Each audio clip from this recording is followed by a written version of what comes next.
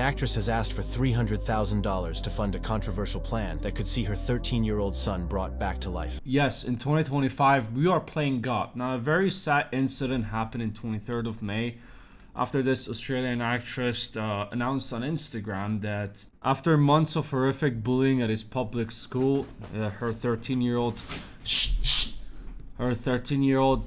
took his own life. And in her Instagram post, she shared her GoFundMe because she wants to raise 300,000 Australian dollars to preserve his body so he might one day be brought back to life by scientific advances. Now, in her GoFundMe, she said she begged the school, to the Department of Education, everyone to intervene, but no one did anything. She even said she has medical records. Psychologists report a formal PTSD diagnosis from his doctor. An email providing I raised an alarm repeatedly, but nothing was done. No one stepped in, and now my beautiful boy is gone. We have only one chance left to cryogenetically preserve his body within the next 7 days. If we miss the window, we lose the chance of any future revival that science may offer. This is about hope and justice, refusing to let my son's story end in silence. She says all the 300,000 Australian dollars will go towards immediate cryopreservation and legal transportation, required medical and legal services for the procedure, a trust in his name to protect his legacy. Okay, maybe do this one yourself. Maybe don't include it in the GoFundMe. Just say a national campaign for anti-bullying, education, and reform, legal action against the institution that failed him. I think they should have just stuck with this. Now, I've never experienced losing a child, so I'm not gonna make any comments about it. It's all I know is devastating times 2 million something. It's going to fuck you up. But one thing I do understand is playing God has consequences. Apparently this scam has been going on for years where people pay hundreds of thousands of dollars to keep their loved ones' biological materials such as like cells, tissues, entire bodies to an extremely low temperatures, often using liquid nitrogen for a potential of keeping the body parts alive somehow by giving the brain enough oxygen for it to stay hydrated or something, for long-term storage and the possibility of future revival. This has to be one of the biggest. This is worse than crypto scams over here. This is selling false hope of your dead loved ones, not even like your life savings, your dead loved ones. Yes, we have AI technologies advancing, but bringing people back to life is not part of the technology that we're going to see in the future. Now we're about to jump into the controversial category over here. Buckle up. Sure, we have AI now. We have advanced technology. Not that advanced, but I would say we're at a decent level in 2025. But bringing people back to life, possible future revival, that's not going to happen. No matter how advanced technology get. Maybe if we, get our hands cut off, maybe they can abracadabra, put it in a machine, and boom, 3 seconds, a new arm grows out. Sure, but if you die and your soul leaves your body, you can't put 2 and 2 together, build a machine or something that brings a dead body back to life after like days or even months. What do you think? God is just sitting up there watching this? Scientifics comes, we've discovered that we know the password to bring the soul back. You think God's just gonna be like, all right, cool, scientists down there, what's the password if you want this soul back that you're trying to revive?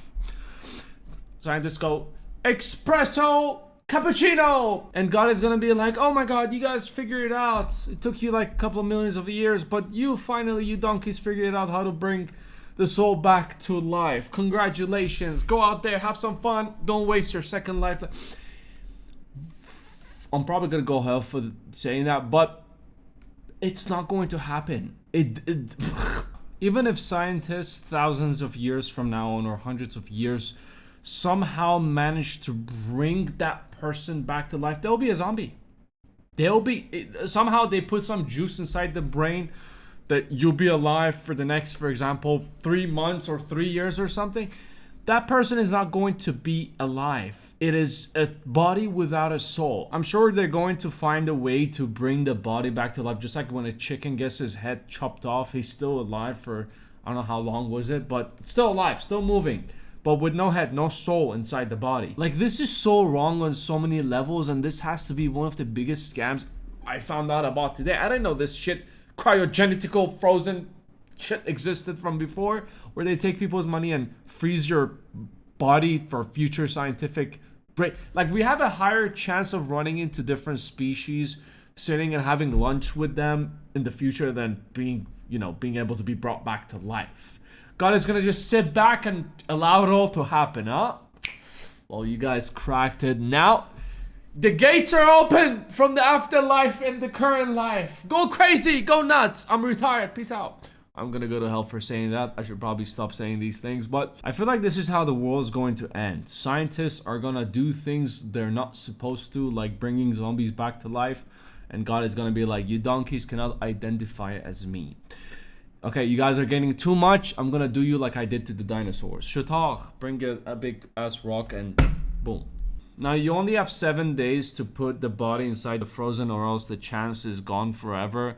It's been 5 days now. There's 2 days left. And how much did she raise so far? 4% of what she needs. Pretty sad, but I don't blame people for not paying.